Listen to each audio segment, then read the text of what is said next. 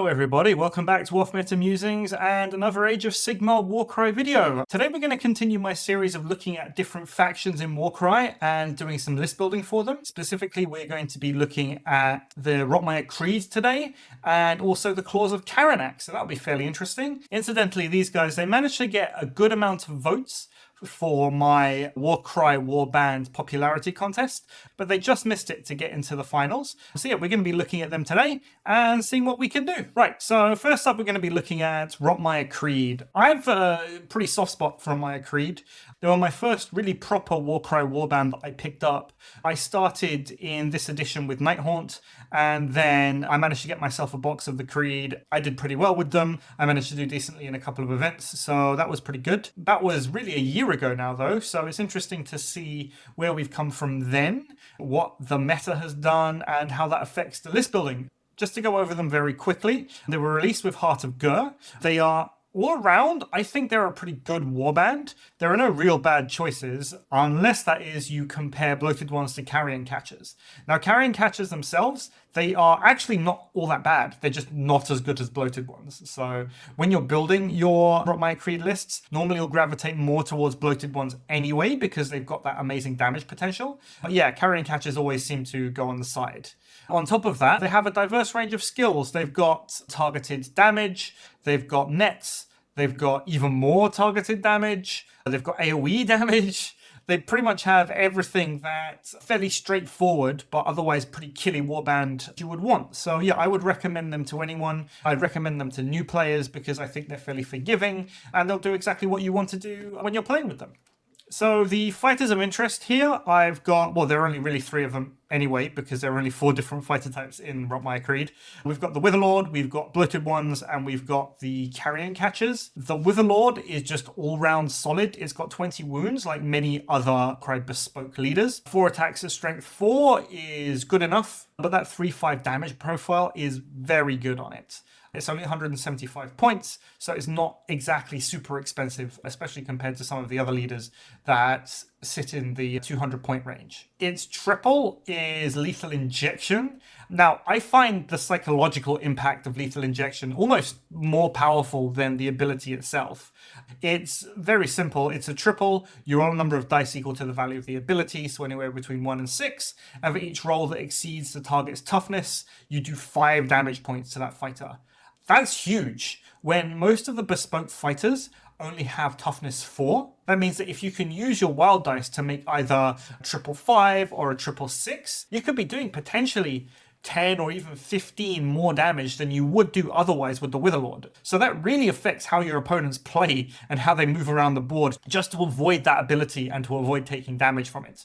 I think the best I did with the Witherlord was I rolled my 666. The turn before, Rotmire Creed have an ability whereby if the fighter kills a guy on a double, you can save up a potent vial, and the potent vial allows you to change the value of your dice. So yeah, I used that, made my 666, went into a Centaurian Marshal. I did 20 wounds with the Lethal Injection, and then swang with a bunch of extra attacks. It basically almost died in one hit, and that's something that's fairly reasonable to do, especially to toughness 4 or sometimes even toughness 5 fighters. Going on to the Bloated Ones, they are the most damage efficient fighters in the list.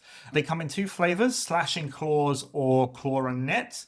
Both very good and very valid options. I've got a Hooked Net here just to show the difference between this and the Claws. The Claws are essentially the same profile but with +1 attack. But the Hooked Net ability, I think, is extremely strong and extremely versatile.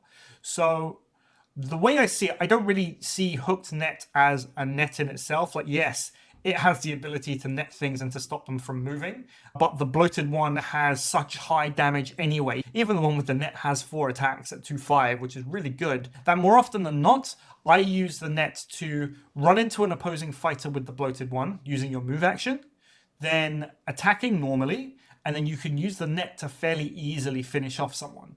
The net itself, it's only a double. You roll a dice. On a 3 or more, you net the opponent. But the important thing is that you do the amount that you roll in damage to your opponent when you use the ability. So if it hits, it's going to do 3 damage. And when you think of it more as an extra attack that the Bloated One gets, That's always going to hit on 3s, regardless of the opponent toughness, and always does at least 3 damage. Suddenly you find it becomes extremely powerful, especially compared to Onslaught, when you're doing those single attack actions. Finally here, I've got the Carrion Catcher. The Impaler is the one that you would want to build. So if you are playing Rotmire Creed and you've just bought the box, build Impalers. Don't build the nets, because I don't think they are as good at all. The Impaler has more damage potential, and I believe the net ability on the Impaler is on a quad. So you're really going to be using your dice to do other things with your Bloated Ones and with your Witherlord. So you're generally not going to have a quad free just to do the odd net attack. They're not terrible. They're 115 points. They got 12 wounds, which isn't bad. They got toughness 4, which isn't bad. A 3-4-2-5 damage profile, which also isn't bad. If you onslaught them, they effectively become Bloated Ones with nets in terms of their damage profile, which is very nice. They're much cheaper than Bloated Ones. But yeah, generally they're just overlooked because the Bloated Ones exist, and because the Bloated Ones are just so much better for what you're getting. You get more wounds and you get more damage straight out the bat. I mentioned earlier that I did pretty well at Warhammer World. I will put the link to the event roundup down in the description below, so you guys can check that out if that's something you're interested in. But yeah, this is what I took. I took the Witherlord, I took a Bloated One with Raker Claws, I took 2 with Nets, I took a Mindstealer Sphinx as my ally, and then 2 normal Outcasts to round it out. When you look at it, the majority of the Warband is sitting at 2-5 damage, so all the Bloated Ones and the Mindstealer at 2-5. The Witherlord just has more damage than that at 3-5. It's not very triple hungry at all, so you really have those extra dice to throw into your nets from the Bloated Ones and throw into Onslaughts. The Mindstealer was my ally of choice for this. You have a number of different options. You could have taken a Fomoroid Crusher, you could have taken the Ogroid Myrmidon, but I like the Mindstealer specifically because it's kind of like in this middle ground where it has a bit of damage, it's got a bit of movement, it's fairly durable with the toughness 5 and the 30 wounds, but it's also a good control piece. It's got that inbuilt net, and it's got its emergency quad. The quad on the Mindstealer is effectively, you look at a guy and he can't do anything for that turn. So yeah, I really like it as an all-round utility fighter that you can ally in and is almost kind of guaranteed to do something for you. Finally, a note about the Outcasts. They're not the cheapest fighters in the game. There are cheaper chaff, but 65 points for 10 wounds on a chaff model, I think is greatly appreciated. One thing that I do want to say is that if you're building out of one box, essentially all of your damage potential is locked up in your Witherlord and in your Bloated Ones, but you only get one Bloated One in a box. So what can you do with the Carrion Catchers? So that's why I thought, okay, maybe we can do something with that, and we'll see how that goes. So with that in mind, I've got this list here, the fake Bloated Ones list. Carrion Catchers are much easier to come by on eBay than Bloated Ones. No one wants them because they're not as good. But I think if you kind of leaned into them a little bit, you can kind of make them semi-okay. Here's the list. I've got a Witherlord, I've got a Dark Oath War Queen, Bloated One with net because you only get one in the box. You can build either claws or net, but I think having the utility of the net is more important if you only get one. 3 Carrion Catchers with Impalers because they're the best ones, and then 2 Outcasts with shields. You're paying the extra 10 points on your Outcasts to give them shields. Their crit damage goes down a little bit, but they get toughness 4, so 10 wounds and toughness 4, it's not all that bad for a chaff unit. Talking about the Carrion Catchers themselves, they're actually fairly points efficient. Comparing them to a Bloated One, they have 1 less attack, 6 less wounds, but they cost 25 less points.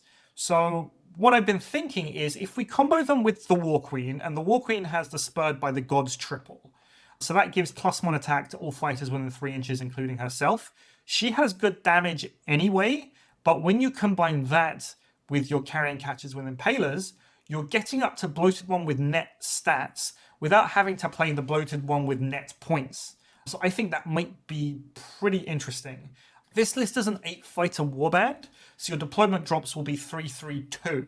So the idea is you deploy your War Queen along with 2 of your Carrion Catchers, your Bloated One with your Witherlord, and then you can deploy your 2 Outcasts together as a group to come on almost later on in the game to go mop up objectives, that kind of thing. And I think what that does is it gives that little group of Carrion Catchers plus the War Queen a lot of damage potential, actually, and I think it suddenly makes them pretty useful when you're starting to play them. The War Queen herself has a lot of damage going for her anyway, so it's not like you'll be lacking. Overall, you will be lacking a little bit of speed, because if you're not taking the Mind Stealer, essentially you're stuck at movement 4. But I think if you only have access to one box of Rotmire Creed, maybe you can't find bloated ones on eBay, this might be a pretty good compromise and something that should do well for you. So going on to Claws of Karanak, they were in the Blood Hunt box. They played against the Askagan True Blades that I did some list building for the other week.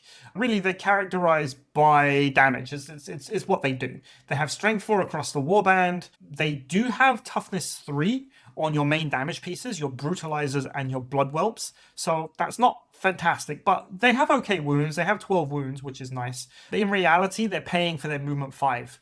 And that's kind of their problem. Your basic blood whelps are 90 points. So I feel like you're paying a lot for not so much of a survivable package. The blood whelps do have an interesting ability, Pack Tactics, that effectively allows them on a double to choose another nearby blood whelp or the big dog, and they get to activate as soon as that fighter had finished instead of allowing your opponent to move. So it's a bit like the champion's command ability, but I don't think anyone has managed to crack that particular list yet to really take advantage of that.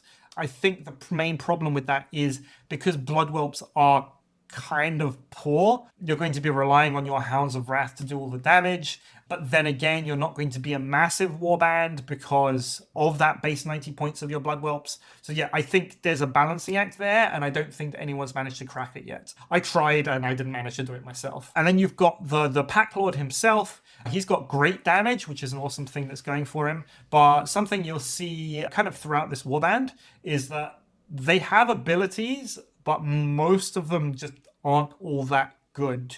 The Pack Lord has a triple, which gives +1 attack to everyone within 6 inches, which is great. The only problem is you've got to kill someone to activate it. So it's not like the War Queen's, which is just an always-on +1 attack that she gets to use and her friends get to use.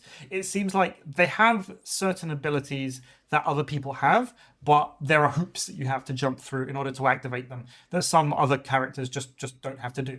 I've got the Fighters of Interest here. Of course, you've got the Pack Lord, 205 points, massive damage, 5 attack, strength 5, 2, 5. He's got the highest damage in the warband, but like I've said already, poor unique abilities. He's on 8.75 average damage, which is really big. So he's probably the best guy to use your Blood for the Blood God double, which effectively, after you kill someone, allows you to make a free move or free attack action. Going on to the Brutalizers, they are 120 points. They have decent damage, 4424 damage profile. The Shredder Blades is the better of the two. You got either the Shredder Blades or the Meat Hook. Shredder Blades just does more damage over the Meat Hook, and the Meat Hook's triple just isn't worth the loss of the attack that you're getting. Again, they've got 5.3 average damage, which isn't bad, but when you look at them for 120 points, I would expect them to be toughness 4, especially considering that we've just been looking at bloated ones, and bloated ones do more damage with more wounds at a higher toughness. And the only thing that they're really differentiating between the two is the fact that brutalizers have movement 5 and bloated ones only have movement 4. But for all that, you're only paying 10 points more on your basic bloated one with net. Finally, we've got the Hound of Wrath, which I really like. It's 190 points. I think it's overcosted, maybe by about 10 or 15 points. But it's got a 5424 damage profile, which is really good. We like those 5 attacks in there. It's much faster. It's got movement 7. It's much tougher with the 18 wounds. And it's got toughness 4, which is really important for things that are attacking it. It's got a fairly good double, Flaming Breath. What you do is you roll a dice for every enemy fighter within 1 inch. Then on a 4 or more, you do 3 damage. So it's actually not bad. In the event that you are doing a move and then an attack, so you only get 1 attack off, it's actually better than Onslaught, especially against things that either you're going to be winning on 4s or you're going to be winning on 5s anyway. Bearing all that in mind, this is the list that I put together. Brutalizers, as we've said, are decent, but blood whelps themselves are pretty poor, and they're all hampered by toughness 3, which isn't ideal, especially in an environment where there are a lot more strength 4 fighters that will be wounding you on 3s, and your fighters aren't the cheapest in the world, so really you want to try and keep them alive as much as possible. So because of that, what we're going to be doing is focusing on the Hounds of Wrath, We've got 2 of them in here. They've got the toughness 4, they've got the extra attacks, they've got the extra damage. So I think that's something that we can build around. And with that in mind, I've included the Master Molder. Now the Master Molder has a double, which gives friendly fighters with the Beast Rune mark within 4 inches a free attack action. And Hounds of Wrath, they are beasts, and they have a lot of attacks and a lot of damage. So I feel like they can really capitalize from the Master Molder's double. And the Master Molder itself is not exactly the weakest fighter in the world. It does have 18 wounds, which is fairly nice. It's got movement 6, which makes it fairly quick. And using its whip, it can stay at 3 inches and kind of keep out of the way of enemy attacks, buffing those hounds and making sure that you really maximize their damage potential.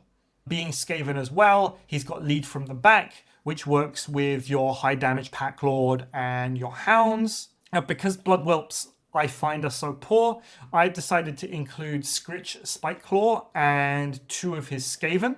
These guys are from Spikeclaw's Swarm. I feel like both the Hungering and Festering Skaven, they're cheaper than your Blood Whelps. They make certain trade-offs. They have about the same kind of damage, but they both have movement 6 as opposed to movement 5, so a little bit faster. The main reason, though, is because this is a smaller, I say a smaller warband, because this is a medium-sized warband, it could end up struggling against the larger warbands. So I wanted to include something which would kind of even the odds in objective missions, and I think Spikeclaw's triple really allows you to do that. His triple is essentially a resurrect for any Spikeclaw's Swarm models with the minion rune mark, so his 2 guys, Hungering and Festering Skaven, and it works in exactly the same way as the Death Resurrect. So they come back within range of him, and they can carry on from the next turn.